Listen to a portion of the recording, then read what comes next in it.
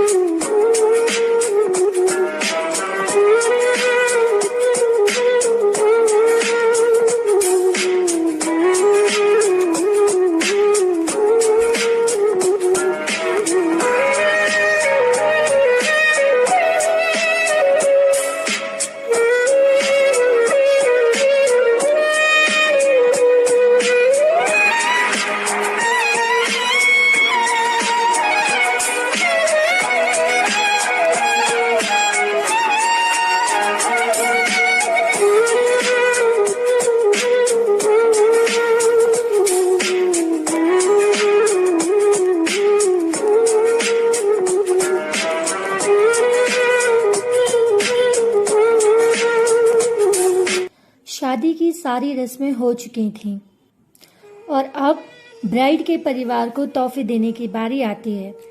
यह तोहफे हमेशा ग्रूम का परिवार ब्राइड के परिवार को देता था, लेकिन यहाँ पर तो कोई ब्राइड है ही नहीं।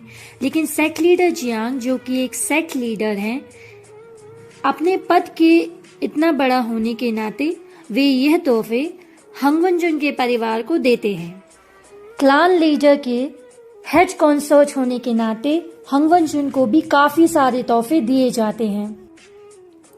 उन तोहफों में से आधे तोहफे जिवजुन सेक्ट लीडर जियांग को वापस कर देते हैं, ये दिखाने के लिए कि उन्होंने सारे तोहफे स्वीकार कर लिए हैं। आधे तोहफे वापस करने का मतलब यह भी था कि वे यह शो करना चाहते हैं कि वे सेक्ट लीडर जियांग के साथ अच्छे रिश्ते बनाने चाहते हैं और आज से उन सभी का परिवार और क्लान एक है। शादी की रस्में हो जाने के बाद एक सर्वेंट युआन की तरफ अपना हाथ बढ़ाता है। युआन, जो कि जीजा से काफी सारे सवाल कर रहा था कि ऐसा क्यों हो रहा है, वैसा क्यों हो रहा है, शादी में ऐसा क्यों होता है, ये क्या हो रहा है, सर्वेंट की तरफ देखने लगता है। जीजा युआन को बता ही रहे थे कि जो आदमी उसके बाबा के साथ अभी बैठा है वह आदमी उसका नया बाबा है और अब वह यही रहेगा। सर्वेंट को देखते हुए जीजा स्माइल करते हैं और युआन का हाथ सर्वेंट के हाथ में दे देते हैं। सर्वेंट युआन को एंसेस्टर हॉल के दरवाजे पर छोड़ देता है। युआन यहाँ वहाँ देखता है, उसे कुछ समझ नहीं आता कि यह सब क्या हो रहा है। फिर वह अपने बाबा को देखता है और फिर वह अपने बाबा की तरफ ही भागने लग जाता है। वांजी युआन को अपने पास बिठालता है। इतने में वहां पर एक एल्डर वुमन आ जाती है जिसके पास एक रजिस्टर था। वह वुमन जियांग क्लान की एल्डर वुमन थी। वह सेक्ट लीडर जियांग से पूछती है कि चाइल्ड का बर्थ नेम क्या है। इस पर वांजी कहता है कि लान युआन। लेकिन तभी उसी समय सेक्ट लीडर जियांग भी वांजी के साथ ही बोलते हैं जियांग युआन। एक दूसरे का उत्तर सुनते ही वे दोनों एक दूसरे को गुस्से से देखने लगते हैं। कुछ समय सोचने के बाद सेक्ट लीडर जियांग कहते हैं कि जियांग लान युआन। नाम सुनने के बाद वांजी भी उन्हें नहीं रोकता। इसके बाद वह वुमन पूछती है कि कर्टेसी नेम क्या है।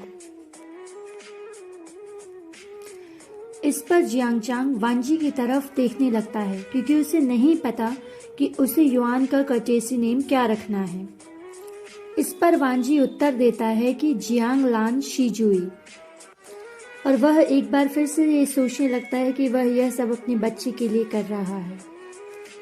इस पर वह औरत मुस्कुराने लगती है और जियांगचांग को एक ब्यूटीफुल पर्पल रोब और एक स्वॉर्ड देती है, एक तलवार देती है जो कि काफी छोटी थी, बच्चों के साइज की।